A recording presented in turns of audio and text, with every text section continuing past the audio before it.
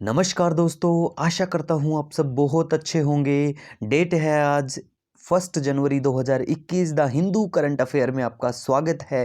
लीजिए स्टार्ट करते हैं। देखिए, आज अगर द हिंदू की हम बात करें तो कोर सेक्टर न्यूज़ में है क्योंकि ये श्रिंक हुआ है, ठीक है, 2.6%। तो अब देखिए, कोर सेक्टर हमारे जो 8 सेक्टर होते हैं वो कौन कौन से हैं जो कोर सेक्टर में आते हैं। देखिए, कोल है, क्रूड ऑयल है, नेचुरल गैस है, रिफाइनरी प्रोडक्ट्स हैं, fertiliser, steel, cement and electricity. ठीक है गाइज, तो आपको ये 8 के 8 जो हमारे कोर सेक्टर हैं ये आपको पता होना चाहिए। ठीक है, हमारी जो इकोनॉमी जो है उसमें बहुत बड़ा योगदान होता है इनका। आप देखिए, एक छोटा सा ग्राफ है, अगर आप नोट करना चाहें तो कर सकते हैं। ठीक है, वैसे मेंस के लिए जो क्वेश्चन होते हैं उनमें अच्छा होता है अगर कोई ग्राफ आप प्लॉट करते हैं तो। ठीक है गाइज, नेक्स्ट देखिए, अगर हम आर्टिकल की बात करें तो देखिए, काफ़ी दिनों से न्यूज़ में आ रहा है, 28 दिसंबर को भी ये न्यूज़ में था। ठीक है, तो देखिए, द हिंदू की और डेली पेपर पढ़ने का सबसे बड़ा फ़ायदा ये है कि अगर आपने किसी मंथ में पेपर नहीं भी पढ़ा है और आप नेक्स्ट मंथ से अगर रेगुलर पेपर पढ़ते हैं तो no need to be worried. क्यों?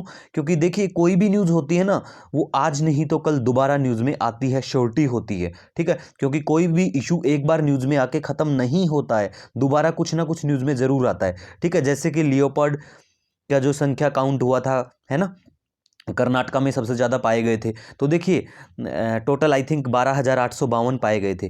तो ये कंटिन्यू न्यूज़ में है, आज भी द हिंदू के एडिटोरियल में आया हुआ है। ठीक है, तो ऐसी चीज़ें न्यूज़ में जो हमारे एग्जाम के लिए और जो चीज़ें ज़रूरी होती हैं बार बार रिपीट होती हैं। ठीक है गाइज, तो लीजिए देखिए, ये जो न्यूज़ है कथक की अगर हम बात करें, देखिए बिरजू महाराज इसके एक्सपोनेंट हैं, जाने माने, आप सभी लोग नाम भी सुना है आपने।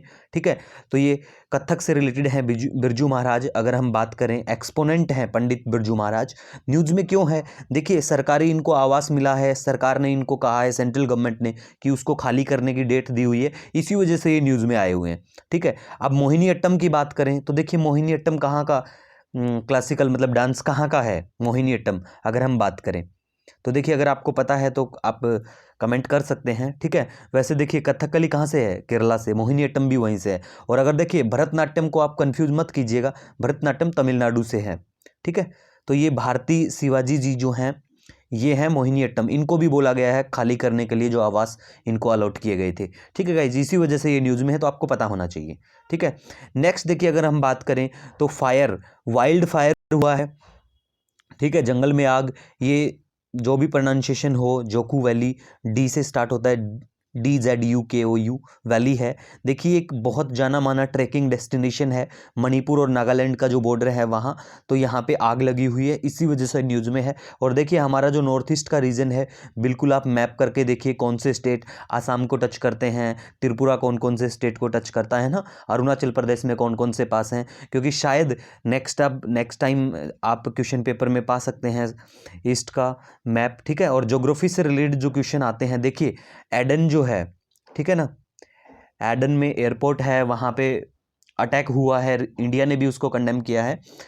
ठीक है, तो आप ऐसे जो भी न्यूज़ में होते हैं, जैसे यमन अब हो गया, सीरिया हो गया, है ना, ईरान, तेहरान, ये सब न्यूज़ में आते रहते हैं, है ना, पैलेस्टीन हो गया, इजराइल हो गया।